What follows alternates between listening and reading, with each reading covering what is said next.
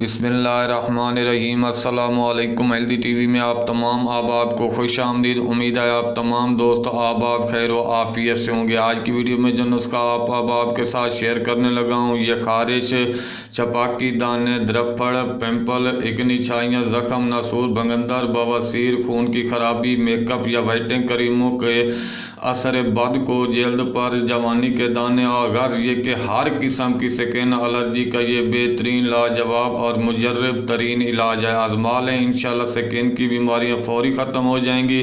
100% result है इस कुदरती नुस्खे का और आसानी से हर जगह भी दस्तयाब है। बहुत ही कमाल का और लाजवाब नुस्खा है। सिर्फ इस नुस्खे में ये 3 अशिया की आपको ज़रूरत है: आग के फूल, अनजल बिना बीज के और गंधक। सबसे पहले आग के फूल इसमें ज़रूरत लेकर आपने इसको धो लेना है, फिर इनको खूब मसल और रगड़ लेना है। जब पेस्ट की तरह बन जाए तो इसमें गंधक और हंजल हम वज़न लेकर खूब रगड़ें और अच्छी तरह रगड़ें। और काली मरच जितनी इसकी आपने गोलियां बना लेनी है। 1 गोली सुबह, 1 गोली शाम, पानी से आपने इस्तेमाल करना है खाने के 1 घंटे बाद।